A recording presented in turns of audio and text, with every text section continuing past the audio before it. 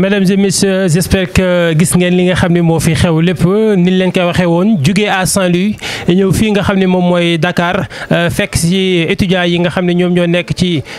logement bi nga xam ni le président Yerim Thioub moo leen ci accompagné depuis des années ñu ngi taxaw ak koo xam ne il fait partie je peux dire que des étudiants de la maison xanaa ñu bàyyi ko rek moom it mu ñëwaat tuuti rek ci bés bi nga xam ne tey defal ngeen ko sargal ko ki nga xam ne moom mooy Yerim Thioub ak lan moo tax vraiment lan moo leen motivé vraiment à mettre événement bu mel ni sur place. asalaamaaleykum wa rahmatullahi wa barakaatu ndax lu waral sargal bi mooy lenn la rek ndax président Yerim Thioub dafay yàgg œuvre si wàllu social jàppale ñu ñun ñi nga xamante la daf ñu def comme ay doomam nekk fi ay étudiants di fi jàng mettre ñu si conditions yu baax a baax moo tax lu ñu def sax xeeb nañ ko amoon na yéene bu rëy bu ñu préparé woon mais avec ñoom maigre moyens yi nga xamante la moom nañu yor moom nañu dajale def lu rëy lii pour maanaam jagleel ko ki nga xamante la mooy président Yerim Thioub.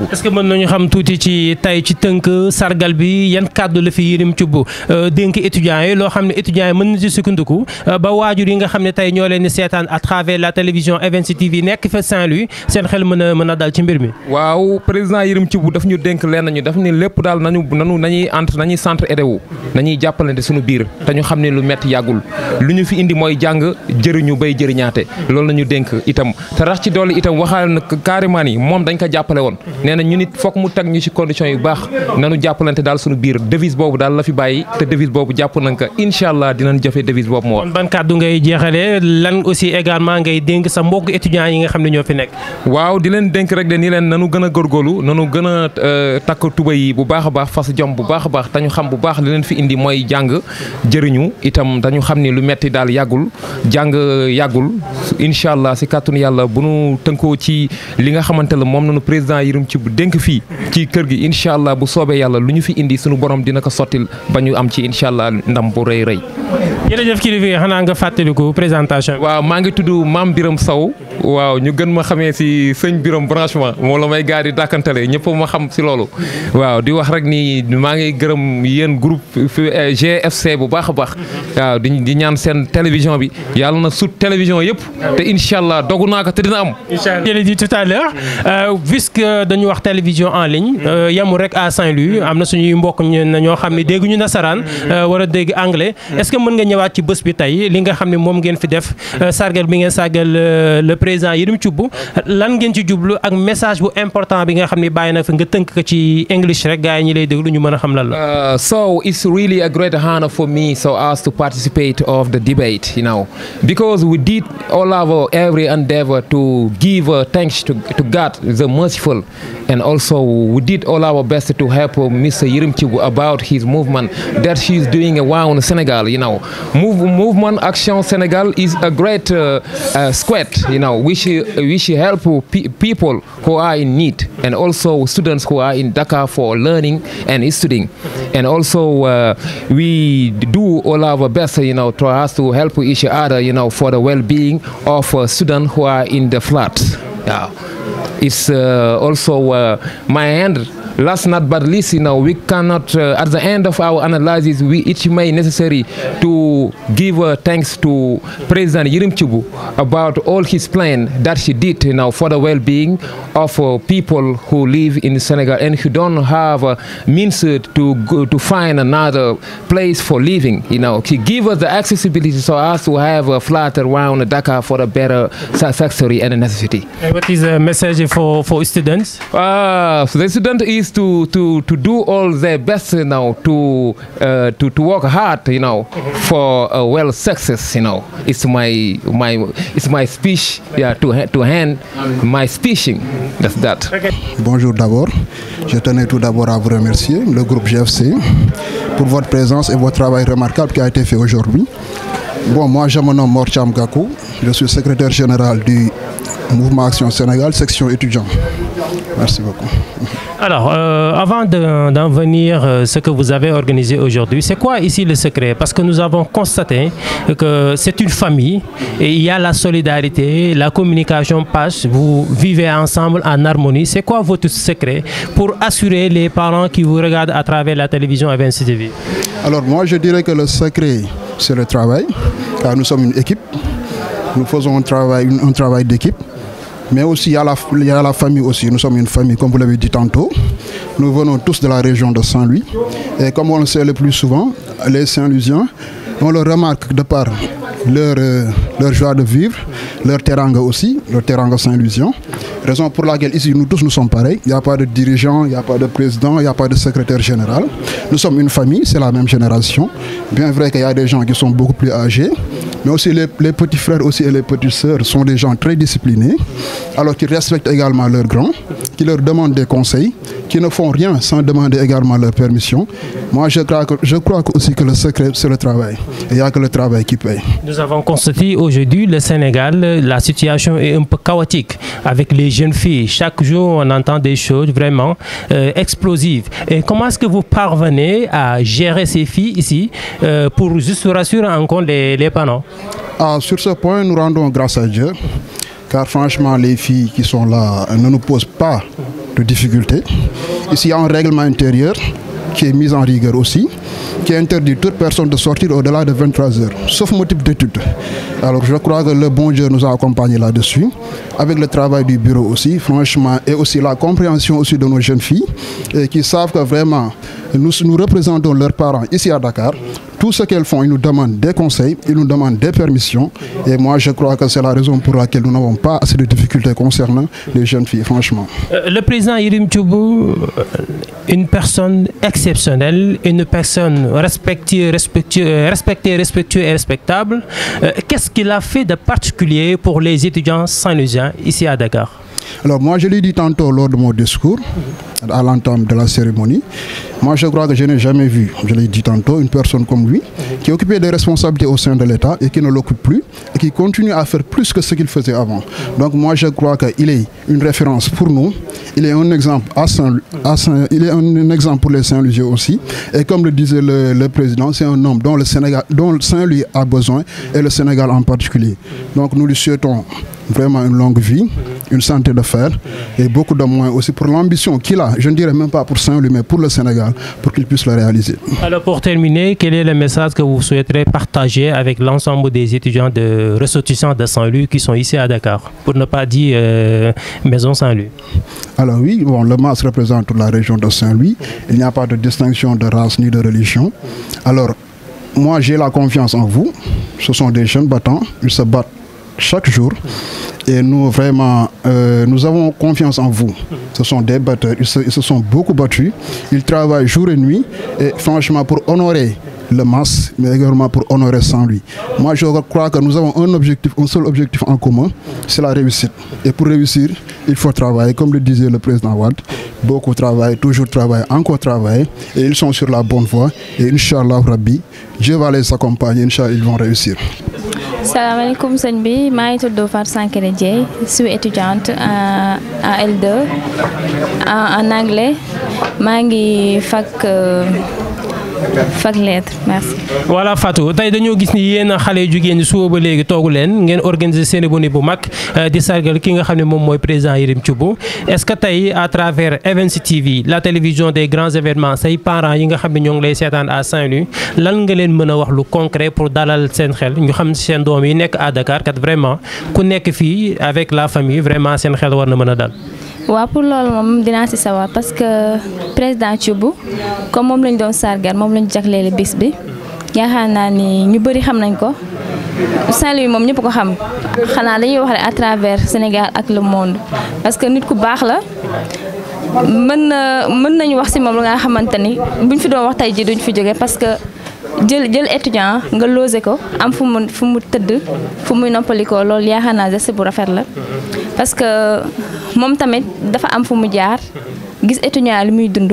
loolu moo tax mu jël initiative boppam pour jàppale étudiants yi ak étudiantes yi pour ñu nekk ci dans de bonnes conditions pour mën a jàng normalement.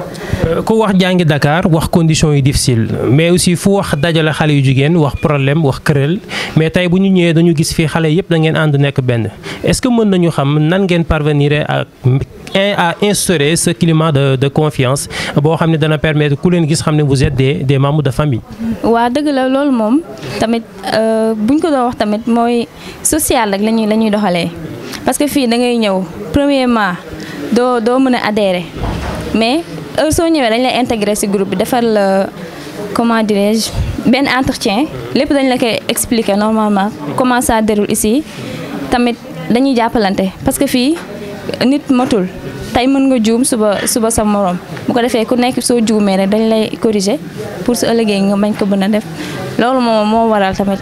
solidarité bi parce que nit ku nekk fii nii bëgg nga jàng réussir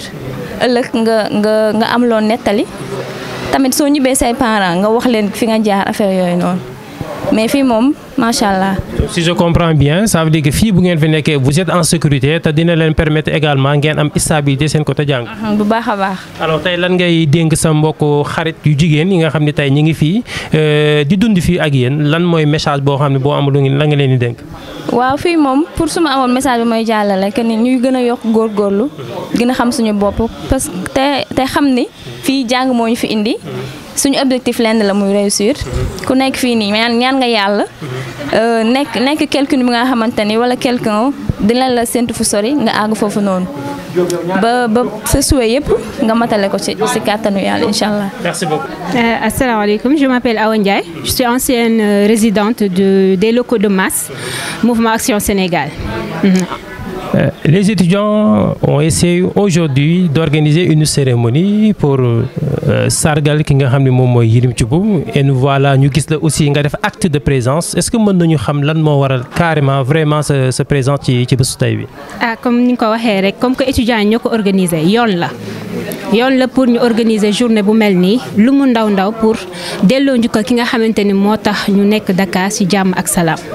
am fu ñu teg suñu bopp tamit pour mën a reposer wu également pour mën a jàng bu baax am ay résultats yu baax donc loolu bokk na ci li tax ñu war a def acte de reconnaissance sama présence c'est juste acte de reconnaissance parce que monsieur Yerim Thioub mënuma ko sant gërëm ko ba mu xam carrément fi ma toll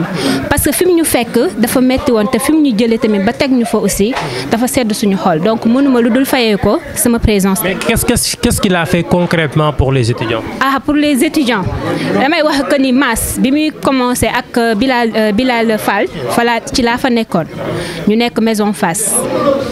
ci benn immeuble boo xam te ni on était au 5e étage foofu laa ko xamee mësuma ko woon gis mais le fait que ma jógee US ñu yóbbu ma MAS j'ai été très bien accueilli may dégg ni nit koo xamante la nekkul ci état bi nekkul fenn moo jël dooleem dëkkal ñu loolu ça m'a touché Pape Diop aussi ñu yàgg xamante lu yàgg tamit ba mu demee ba nga xamante ni mooy diriger MAS mu woo ma ni ma dama bëgg nga bokk ci bureau bi et tout ba Yerim Thioub moom moo déplacé wu boppam ñëw ñu former gouvernement boobu noonu nga xamante ni ci laa nekkoon ma yore lépp lu jëm ci wàllu culturel donc comme ni ma la koy waxee rek dafa am loo xamante ni mënaguñ ko li ñu mën mooy li nga xamante ni moom la ñu yàlla jagleel muy ñu wax lu baax li nga xamante ni jot nañu ko defal ñëpp dégg ko fi mu toll nii looloo tax ma déplacé wu ñëw fi donc MAS lu yàgg la te dama yàgg fekkee yu baax yi mi def man la yi ngay gis biñ koy jënd biñ koy jox étudiants yi sama kanam lal yi aussi biñ ko fi def tamit sama kanam te bi Pape Diop ñëw naan ma monsieur Yerim Thioub commandeel nañu ay lits superposés aussi c'est comme si j'en suis témoin quoi te bi ma ko gisee tamit xam naa ni doonu nit koo xam te ne dafay wax juste en l'air. Alors donc lay lan mooy message bi nga xam ne moom ngay dénk nouveaux étudiants yi nouvelles yi nga xam ne yu bees war a ñëw rejoindre li nga xam ne moom mooy la famille de MAS ici à Dakar. Juste que ñu xam ne chance bu rëy la ñu am. parce que am na ay étudiants yu jóge fu sori di ñëw université man mii xam naa ci dara parce que Kër Massar laa daan jóge di ñëw di def sama cours à la faculté de droit et c'était pas du tout simple donc boo amee ñu teg la ci ay conditions yu yëmmamaay yii nii nga jege tout près sa université li ñuy xaar ci yéen mooy avant tout résultats scolaires yoo xamante ni seen ay waajur dinañ ci kontaan donc bu loolu weesoo li nga xamante ni yëkkati nañ ko teg ko ci seen loxo dama koy bamtuwaat ngal la ngeen toppatoo ko locaux yi ki nga xam moo leen ko jox warul ñëw di fekk mu mel ci melokaan boo xamante ne du ko jokk jom dama bëgg ngeen jàpp ci bu dee man la bu pourquoi pas ça parfois ngeen xalaat ni un jour war ngeen mën a cotiser entre yéen change def rechange pour nit ki xam ne ci lim leen di jàppalee kat yéen a ngi def seen kéemtalaay kattan aussi parce que tamit ndimbal da cay fekk loxo borom donc je suis avec ñi nga xamante ni duñu tàllal tout le temps loxo pourquoi pas yéen de votre propre initiative ngeen xalaat ni un jour amagoo leen capacité jël appartement teg fa ay étudiants mais au moins am ngeen capacité def 500 bu fekkee ne pour 3 mois la sax ngeen xool même bu dee 3 matelas ngeen di jënd 3 matelas changé pourquoi pas. ce sont des choses yoo xamante ni nit ki bu ko dee def ñëw nit ki bu la dee defal lu baax ñëw fekk ni la yow yaa ngi roy ci lu baax loolu noonu da koy gën a yokk courage. donc ce sont des choses yoo xamante ni foog ngeen ji yëm a xalaat parce que solidarité ak social boobu ñuy wax tamit foog ngeen jéem ko dund yéen ci seen biir. parce que xam ngeen ni du ñëpp am possibilité bokk benn matla bi ni lu rëy la donc il va falloir que yéen tamit de votre part de votre côté ngeen xool loo leen apporter waa Mass parce que Mass structure sociale la boo xamante ni fi muy puiser xaalisam poche privée la du état du dara donc yéen tamit de votre part metti na trop ndax bu fekkoon da ngeen jël seen chambre di ko fay 30 000 wala 35 000 wala 60 000 par mois dafay metti donc jéem leen ngeen xool avec commission yi fi nekk ngeen xool yéen qu'est-ce que vous pouvez apporter à Mass parce que c'est bien beau et bien vrai que neex na ñu def organiser sargal togg ay ceeb yu neex naan ataay yu neex naan jus et tout voilà mais après fu muy mujj ndimbal da ciy fekk loxo borom j'espère que vous serez d'accord avec moi sur ce point. Voilà donc boo leen jógee rek ngeen xalaat ci bu baax man moom je suis tout le temps là parce que Mass fi ma ko teg man xam naa ko voilà. voilà ba tey ci loolu rek ma taxaw ki nga xam ni mooy Soxna Dior nekk ki nga xam ni moom mooy la vice-présidente Soxna Dior tey dañoo gis lu ñu yéem ngeen taxawal bés bu rëy sargal ki nga xam ne moom mooy Yérim Thioub mais bu ñu ñëwee climat social bi nga xam ni moom moo ñu fi gis mu nekk loo xam ni daf ñoo impressionné d'abord bala may ñëw ci personnalité Yérim Thioub est-ce que mën nañu xam tuuti rek comment est-ce que c'est quoi le secret mi ngeen di dundee fii ba xale yi jigéen ñi ñëpp ànd nekk benn bokk ndey bokk baay c'est quoi le secret. salaamaaleykum ñu ngi ziar waa télé bi di rafetlu seen teewaay aussi di nuyu président Yérim Thioub di wax ni kii di étudiant rek di l'esprit de partage boo fi gisee góor ñi amuñu problème jigéen ñi amuñu problème c'est parce que ku nekk am na esprit de partage ku nekk yaa ngi jàppee sa frère comme sa sœur comme sa sœur bi nga bàyyi sa kër ku nekk yaa ngi jàppee sa frère comme sa frère bi nga bàyyi sa kër bi nga bokk ak ndey ak baay parce que temps biñ fi defuñu ko suñ kër moo tax nag juboo kafreetaan nekk benn ku ne loo am indi ñu bokkoo moo tax nga gis fii nii ñëpp juboo esprit de partage la rek. ci kaw loolu ñu gis tey ngeen di sargal ki nga xam ne Yérim Thioub est-ce que mën nga ñu wax tuuti rek ci ki nga xam ne moom le président Yérim Thioub. ah ok le président Yérim Thioub moom kenn dootu ko présenter au niveau de Saint-Louis c'est le président du mouvement Action Sénégal wax dëgg yàlla mu nekk président bu baax def loo xam ni bu ñu waxee dëgg te yàlla tax rek lu mu def moom mësuñu gis autorité Saint-Louis bu ko def nga jël non seulement nga jël appartement deuxième ak troisième dugal fa ay étudiants yoo xam ni juróo leen dun sa doom doo seen nijaay et tout héberger leen jox leen ay matelas def mettre toutes les dispositions nécessaires ñoom ñu dëkk te yow laajoo leen chaque mois laajoo leen dara loolu ñu ngi ko siy sant di ko gërëm di wax ni wax dëgg yàlla il est sociable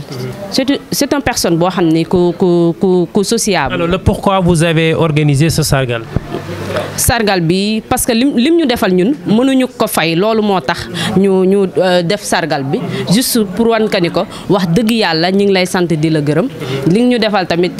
suñu waajur yi bëgg nañ ñu ko defal te mënuñu ko Dakar boo xoolee logement moo fi gën a metti mën nga loger sa domicile mais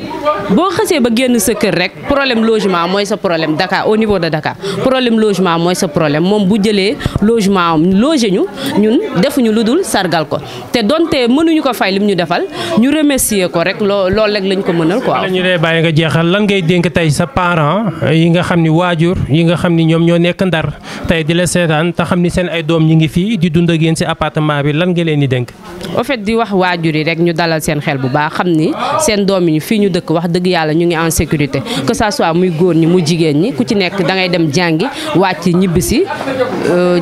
réviser say leçons boo amee travail de groupe aussi ñu def ko entre eux ñu leen wax ni seen doom yi demuñu fu bon wala demuñu feneen ñu ngi ci maison bi dëkk bu ñu génnee maison bi dem jàngi la wàcc ñibbisi la ils sont en sécurité wax dëgg yàlla na seen xel dal fi seen doom yi nekk moom wax dëgg yàlla ils sont en sécurité. merci beaucoup soxna. voilà donc xanaa ñu continuer rek comme ni ma ko waxee tey ñi nga xam ne moom mooy mouvement bu waa Mass section étudiants yi vraiment organiser tey bés bi nga xam ne moom mooy sargal le président Yerim Thioub ñu gis fi aussi teewaayu ki nga xam ne moom mooy Ousmane je peux dire que il fait partie peut-être des anciens parce que bi mu ñëwee UCAD yàgg na te j'espère que léegi génn da mi ngi ci yeneen waaye teewul tamit bi ñu ñëwee tey Ousmane dañ la gis sa présence ci bés bi est-ce que mën nañu xam lan moo waral sa teewaay ci bésu tey bi nga xam ne mooy bésu sargal Yerim Thioub bi. waaw effectivement tout d'abord damay nuyoo di nuyu ñëpp di sargal ñëpp aussi tamit et di kontaan ci bu baax ci teewaay bi ma fi teew te teewaay bi dara waralu ko lu dul li ñu Yerim Thioub ji ñu war ko delloo te xam ni wax dëgg yàlla daf ñu jàppale suñu dund jàppale ñu lu bare parce que muy man muy keneen ak keneen am na ñu bare li nga xam ne dund nañ ko li nga xam ni mënuñu taxaw fenn di ko wax li nga xam ne Yerim Thioub génne nañu si waaw moo tax ñu daanaka ma teew sama teewaay daanaka looloo ko fi waral. Ousmane si réalisation Yerim Thioub lan ngeen mën a wax concrètement loo xam ne Yerim Thioub def na ko pour les étudiants de Saint-Louis grand bàyyi loolu. waaw léegi li ma mën a wax ci réalisation Yerim Thioub li nga xam ne defal na ko étudiants yi mooy que man déjà masse bi muy doogay commencé laa fi nekk donc kon mën naa la fi wax lu bari ci masse mooy que déjà Yerim Thioub bi mu jëlee appartement yi c'était Bilal Fall moo nekkoon président bi en ce moment là te moom aussi tamit doxal na nice kiiwam quoi rôle am waaw def ba nice quoi léegi moment boobu noonu wutaloon na étudiants yi logement ñaari AP comme ni mu ko defee nii di ko kon ne di ko fay aussi tamit wutal leen ay matelas yu bari ba daanaka matelas yi sax dañ see jël dem jox si waa US waaw muy yeneen étudiants yi Saint-Louisiens yi nga xam ne ñu ngi Dakar ñu jël leen jox leen si kii bi et puis mu wutal leen ay cin ak accessoire cuisine yëpp mu wutal leen ko aussi tamit manqué wuñu dara quoi ci jigéen ñi comme ci góor ñi donc mënuñu dara lu dul remercier ko te aussi loolu tamit daf ko continuer ba jusqu'à présent léegi bi ñu déplacé c'est-à-dire que bi Mass jógee Fass ñëw Médina aussi tamit mu yokkaat loxoom c'est-à-dire que yokkaat loxoom mooy ay matelas la ñu joxoon mais moment bii dafa wutaat ay lal ay lits superposés jox ko étudiants yi jox leen ay matelas ni leen teg leen ci en plus di leen accompagner ci bépp côté daal mais li may wax parents yi rek mooy ñu dalal seen xel parce que tey fi tey parent bu doomam di jógee di Saint-Louis pour ñëw Dakar di jàng si ku nekk day am yenn mentalité yu ñuy demee quoi mooy. mais surtout le respect bi nga xam ne gis nañu vraiment mu nekk ci fii ñëpp dañu joxante cër loolu aussi nan la xale yi arriver à cultiver ce culture. waaw loolu moom defe naa ni liggéey la bi nga xam ni membres yi maanaam kii nu mu tëddee njiit yi nekk si Mass liggéey nañ ko c'est-à-dire que Mass dafa nekk li nga xam ni tey fi tey képp ku fi ñëw ku ne dafa am règlement booy doxee mooy que au-delà de 23h amoo droit génn. waaw doo génn wala sauf bu nekkee ni da ngay jàng ji bu nekkee da ngay jàng moom mën ngaa génn quoi mais au-delà de 23h amoo droit génn te lépp looy def lu ne ci biir Mass wala looy war a doxal lu ne da ngay demander autorisation quoi pour ñu accorder la ko pour nga parce que boo génnee demal sa bopp noonu wala nga def tey fi tey lu la arrivé si biti responsabilité day dellu si côté membre yi quoi si côté njiit yi nekk ci biir donc looloo tax fi mu toll nii ñu tëral doxalin boobu noonu ci biir Mass te aussi tamit benn damay soulever benn point mooy que étudiants yi dañuy nekk fii maanaam parents yi peut-être duñu comprendre benn affaire mooy que étudiants yi dinañ leen di laaj ay cotisation ay chaque mois ñu laaj leen ni leen dañuy jox mensualité yaa ngi dégg te mensualité boobu dul dara lu dul parce que Yerim Thioub jël na engagement pour fayal ñu lépp quoi mais ñun suñu biir nit ki bu lay defal aussi tamit da nga koy accompagner waaw nimbal na si fekk loxoy borom looloo tax ñu ni que léegi côté maanaam nga joxe lekk bi wax affaire yooyu c'est pas la peine quoi mën nga nu fayal APA yi rek ñun suñu wàllum bopp dinañu jéem collaborer suñu bopp ñun étudiants yi boole suñu doole jéem a def ku nekk weer bu dee ku nekk ne serait-ce que ku nekk joxe 2000 ñu mën di fay courant bi mën di fay ndox et puis voilà lekk bi y a des étudiants yi nga xam ne ñoom université nañuy lekkee am na ñi nga xam peut-être ñoom ñu ngi lekkee si ñu ngi jënd lekk di lekk quoi mais dans l'ensemble daal c'est très cool quoi. kon lan ngay jeexalee donc sëñ Ousmane. waaw li may jeexalee mooy di remercier président Pape Diop mi nga xam ne moom moo jiite étudiants yi fii nii parce que moom aussi tamit dafa am doxalin bu rafet bi nga xam ne daf ko doxalee si biir Mass quoi parce que ñëpp moo leen boole njaboote moo leen boole uuf waaw da leen uuf bu dëgër di remercier aussi tamit Mor Thiam Gakou mi nga xam ne mooy secrétaire général di remercier Jules Amar moom aussi aussi tamit daf ci contribuer bu bare ci masse day dépenser xaalisam ci masse yaa ngi dégg di la remercier yow aussi tamit parce que déplacé nan la sonal nan la jëlee la Saint-Louis ba Dakar rien que pour def affaire bi nii donc dañ lay remercier bu baax di remercier sa équipe bi nga àndal te di ñaan yàlla aussi tamit maanaam seen chaîne bi mu doon li nga xam ni télé international lay doon waaw ba ñëpp di ko seetaan ba mu ñeneen keneen ak keneen xaj ci mënti jëriñoo quoi parce que li ngeen def nii li président de la République di wax naan maanaam créer emploi pour les jeunes yow moom ngeen di def nii parce que vous avez recruté des jeunes donc kon yéen a ngi contribuer si kii quoi si luy doxal Sénégal donc ñu ngi leen di remercier bu baax a baax merci. ni ma ko waxee woon j'espère que tey bu ñu déggee témoignage yi li tax étudiants yi ñu daje fi tey sargal ki nga xam ne moom mooy le président Yerim Thioub mu nekk initiative je rappelle ki nga xam ne mooy Pape Diop plus connu sous le nom de Diop le maire nekk le président bi nga xam ne moom moo jiite xale yi madame tey comme ni mu ko waxee tout à l'heure dama lay bàyyi d'abord nga présenté wu ñëw aussi ci li may wax à chaque fois et je le répète encore harmonie bi ma fi gis message maanaam respect bi ma fi gis le climat on dit que climat boo xam ne bu stable comment est-ce que vous avez parvenu yéen en tant que ay xale yu jigéen te ñëpp xam nañu jigéen fu ñu dajee ni muy demee mais ici c'est le contraire fii ku fi ñëw daanaka da ngay am envie sax revenir lan mooy seen stratégie lan mooy seen mbir daal bu ngay mettre en place ba mën a réussir tout ça. Bon pour tàmbale dama leen di sant di leen gërëm ci déplacement bi ndaxte yombul bon li nga ma laaj nag bon dinaa ci tontu ndaxte fii wax dëgg fa yàlla nekk nañ fi nekk boo xamante ni dañuy vivre ensemble dañuy jàppalante suñu biir tolérance tamit aussi yëpp dañ ko fiy def da ngay dem sa kër mbokk sax peut-être la nga fay nekk sax du la gënal fii rek ngay bëgg ñëw foo dem rek da ngay bëgg ñëw fii daal lañ fi am jàmm am fi salaam moo tax ñu mën fi toog dëgg fa yàlla dañuy jàppale nag ba ci góor ñi lu ñu manqué suba ba ngoon dañu koy defal kon xam nga loolu kon dafa neex te dañuy ni ñuy dundee tamit dafa neex tamit wax dëgg fa yàlla dañuy kaf dañuy ree kenn amul problème fii moom wax dëgg fa yàlla dañu ay mag ak rakk lañ def même góor ñi tamit ba suuf dañuy tooñ dañuy kafante dañuy reewante wax dëgg fa yàlla te loolu tamit dafa neex peut-être mën nga ko bañ am sa kër ñëw fii am ko kon képp ku jógee fii rek da ngay bëgg retourner waat ñëw fii da ngay ñibbi suñu kër sax billaahi da ngay profit da ngay yàkkamti ñëwaat fii ndax fii dafa neex billaahi. mais au-delà de ça dañu gis tey ki nga xam ne moom mooy président Yerim Thioub ngeen organiser bés mu ñëw ngeen sargal ko jox ko ay cadeau yu rafet cadeau yu xam ni macha allah man mi sax bëggoon naa ñu jox ma ko lan moo waral loolu lu tax exemple acte de reconnaissance boobu ngeen def ko à l'endroit de Yerim Thioub. waa président Yerim Thioub ndax wax dëgg fa yàlla lépp luñ ko defal rek tuuti xeeb nañ ko ndax wax dëgg fa yàlla ku jël yëg xaalisam di ko def ci ay étudiants ñoo xam ne xamu leen sax wallaahi di leen defal chaque mois loo xamante ne ñun suñu bokk yi ñu jógee sax defaluñ ñu ko am na dëkk nañ man mii Paa laa dëkkuma sax Saint-Louis mais am na ñoo xamante ne ñu ngi fa mën nañ def loolu jëluñu ko moom mu jël ko def ko kon loolu dañ koy sant di ko gërëm di ko ñaanal yàlla li ñu ko defal nii sax dañ ko xeeb wax dëgg fa yàlla ndax li muy def nii ñun amaguñu sax kiw mais ñu ngi ñaan yàlla may ñu ba ñu fekk ko ci ay tànkam di ko defal comme li muy defal nii mu di ko gis ñun loolu lañ koy. loolu tey président avant muy dem am na ay kàddu dénkaane yoo xam ni wàcc na ko fi yoo xam ne ay conseil la lan nga ñu ci mën a tënkal ci loo ci jàpp loo xam ne mën nga ko partager ak sa mbokku étudiants yi fi nekk. donc dañuy dolli góorgóorlu rek d'ailleurs que sax ñu ngi def mais dañuy góorgóorlu ndaxte nit ki mënul jël alalam di la ko jox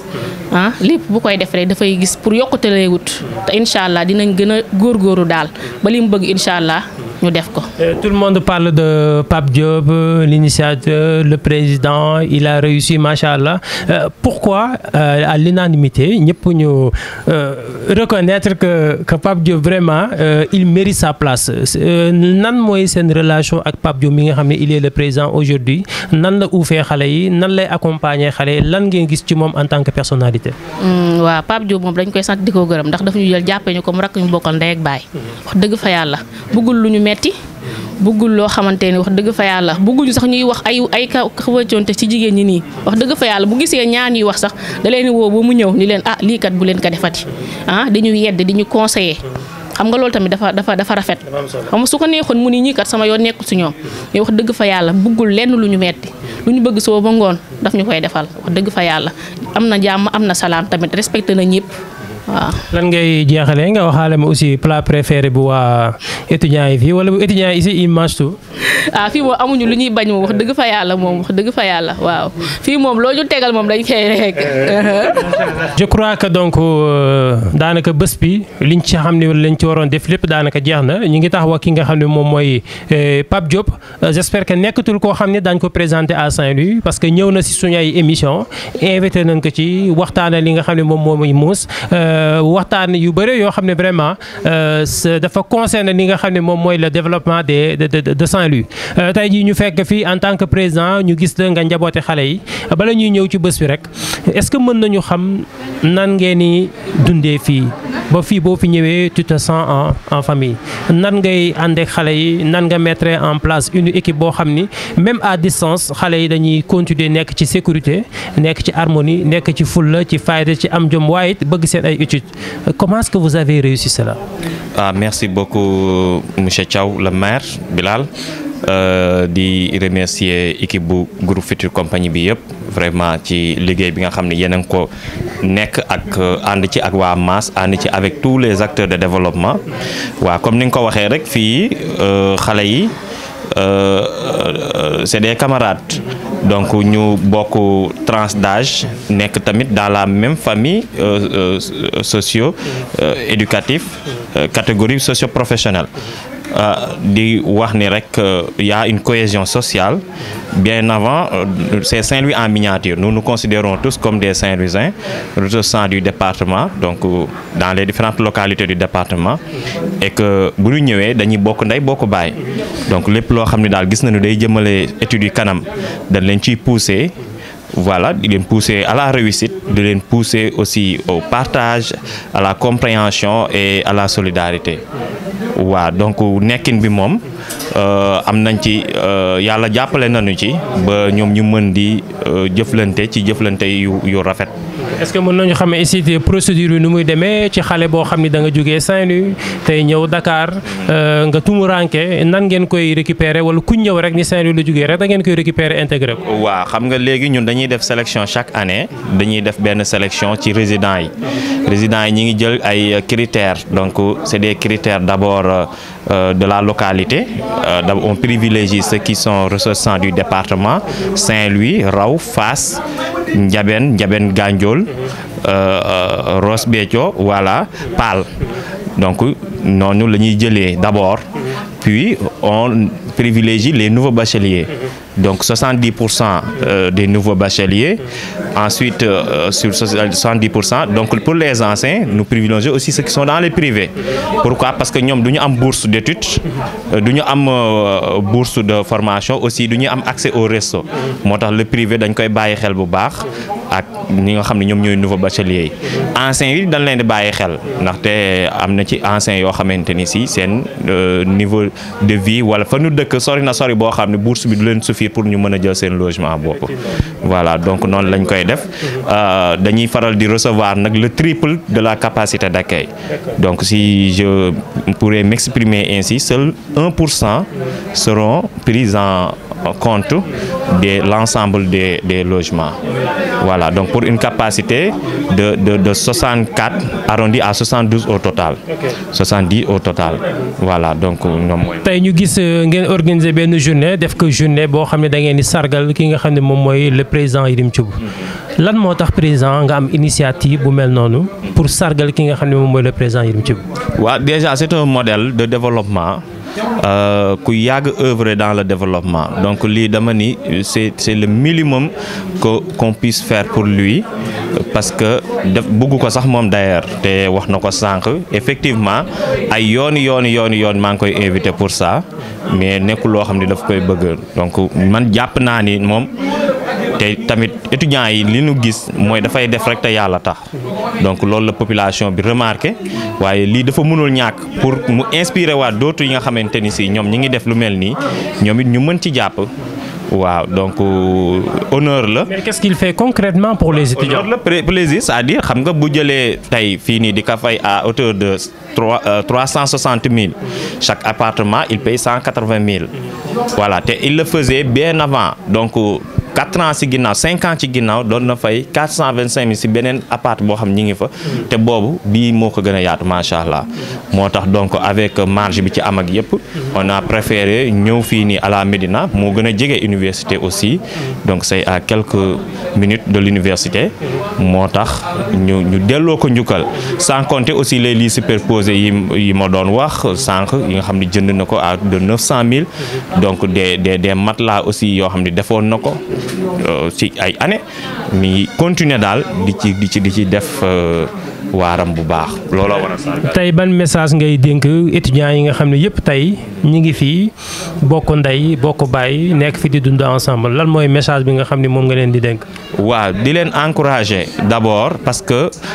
vie Dakar yombul déjà donc ñun ñi ñëpp jaar nañ ci te ñu ngi continuer toujours di def ay cours ay études mais xam nañu dund bi déjà yombul surtout rawatina étudiant. di leen dénk tout le temps ñuy bañ di cumuler les cours donc chaque fois ñuy dem université donc ñu privilégier aussi le travail de groupe un travail qui se fait à la maison parce que l'amphi tu prends juste les cours mais dans les salles de classe et dans les salles de TD ñuy privilégier les travail de groupe aussi les révisions bañ di cumuler les leçons ba examen ñuy doog di réviser voilà nañ ciy nekk rek chaque jour nañuy nekk ci cours yi am respect am discipline aussi voilà ndax lu metti yaagul. gis nañu ci ay échéances locales la ñu jëm est-ce que le président Yerim Thioub sera candidat pour les élections locales à Saint-Louis? Bon là nous ne sommes pas encore décidés sur ça parce que ñun maas lépp lu ñuy def dañuy réunir ci benn comité de pilotage ak le comité opérationnel. waaw yi nga xam ne ñoom ñoo regrouper toutes les autres cellules ñu waxtaan xool tey échéance yi lan la laaj parce que li may fàttali rek ñun notre mission première c'est le social la citoyenneté le civisme quand il s'agit de faire des choix le président l'a dit tout à l'heure nous le ferons sans état d'âme donc loolu comme yàlla mi ngi def ñi ngi ciy jëm ci kanam incha allah d'ici peu de temps nous allons vous inviter vous la presse pour parler de façon beaucoup plus détaillée à ce niveau. mais ñi ngi xaar tey mu ñëw am ci ku mu àndal wala dëggal candidature am pour nekk à la tête de. waaw loolu tamit lu ñuy waxtaane la ndaxte lépp loo xamante ni si gis nañ ni kat si ça nous pas nous arrange mais on voit ce qui arrange la population. mais au moins ci côté président Macky Sall lay nekk. waaw xam nga tey président Macky Sall nous sommes toujours dans la majorité présidentielle bien sûr voilà donc lépp loo xam ne daal comme ni ma la ko waxee dinañ ci waxtaan incha allah nous sommes toujours dans la majorité présidentielle donc tey dinañ ci gën a yaatal daal ci kanam tuuti incha allah. président lan ngay jeexalee lan ngay dénk également parents yi nga xam ne mooy étudiants yi lay seetaan à travers Events TV. waaw di bëgg ñoom ñu dalal seen xel bu baax te tamit xam ni tey étudiants yi fi nekk ñi ngi def suñu kéemtalaay kàttan ci accompagnement volet social mais aussi volet pédagogique donc am na ay programmes yoo xam ni ñi ngi ko nas nii muy le centre de formation des entrepreneurs bi ñu war a lancer au niveau de Saint-Louis incha allah des séminaires de formation seront lancés bientôt donc dans le cadre bien entendu de la rédaction de projets donc pour ceux qui veulent faire des business plans et autres beneen bi aussi c'est dans le cadre du bureautique donc des séminaires seront organisés incha allah rabbi donc d'ici la fin de l'année puisque ñoom ñi ngi en période d'examen comme ñu dalal seen xel ci loolu xam ni lépp lu ñuy dinañ ci jàpp daal bu baax comme niñ ci doon jàppee incha allah rabbi waaw di leen sant bu baax di leen gërëm vraiment kontaan nañu bu baax am nañu mbégte accueillir leen fii nii bu baax jërëjëf.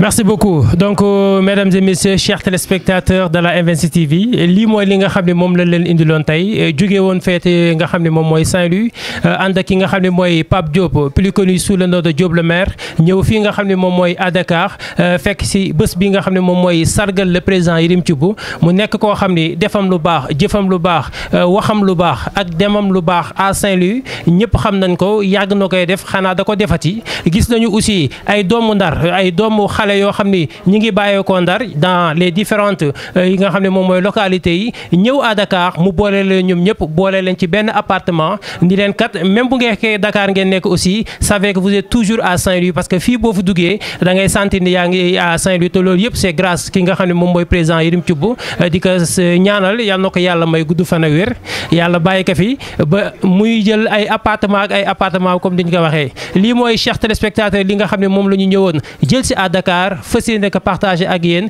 di ñaan borom subhanahu wa taala ci yeneen mission yi ci kanam ci yeneen rendez-vous yi avec la Events TV la télévision des grands événements nous comptons également vous accompagner pour les prochaines échéances électorales yi nga xam ne aussi le président Yérim Thioub wax na ko xool nan lay ñëwee ci élection locale yi nan lay dëggalee candidature am à côté de quelqu'un ou bien personnellement loolu yëpp ci rawuli bët d'ici peu de temps dinañ ko xam xanaa di sant di gërëm ki nga xam ne Jules moom mi nga xam ne moom moo nekk ci côté équipe technique bi di sant également ñi nekk ci équipe technique bi ñëpp sama réalisateurs yi di sant également ñi nga xam ne mooy suñu sponsors yi nga xam ni daanaka ci lépp loo xam ne ñu ngi koy def ci déplacement ak yooyu ñu ñuy accompagner di sant ñi nga xam ne aussi également ñi ngi béggee ki nga xam ne moom mooy Events TV la télévision des grands événements nous vous donnons tous rendez-vous à la prochaine Inch'Allah à très bientôt avec la Events TV la télévision des grands événements merci beaucoup.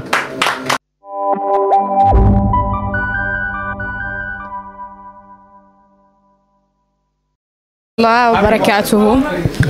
بون راني بعد شاكرة يريم تشب به اللي هو كان ما هو معنا نعود اليوم هنا شيء هذه الابارتمان في دكار رانا مولي وحدين جايين ياسرين هنا شيء ما كان عندهم بليدات يسكنوا فيهم يقير جاوا هون لدكار وتعارفوا معاه هو حد المعاد يجبروا ليلة يسكنوا فيها وطلابهم الحمد لله ما عندهم مشكلة شيء بيدا ما مخلصين حكم انهم لشهر يخلصوا شيء قليل ويأكلوا ويشربوا وما عندهم مشكلة الحمد لله ويصبحوا مع أصباح يمشوا اللي يطلقوا الحمد لله ربنا إليك وركشوا نطلبوا له مولانا يطول لنا بأمره إليك ساعة إن شاء الله قدوا نقولوا تموا خلصوا والله لا ما خلصنا مولي إن شاء الله ربنا تموا نطلبوا لنا مولانا ودهو هو اللي خلصوا يكفر وتوف بعد ياكل نبقي وسو آخرين كنت نبقي نقول لكم أنكم تشاهدوا التلفزة دي على Events TV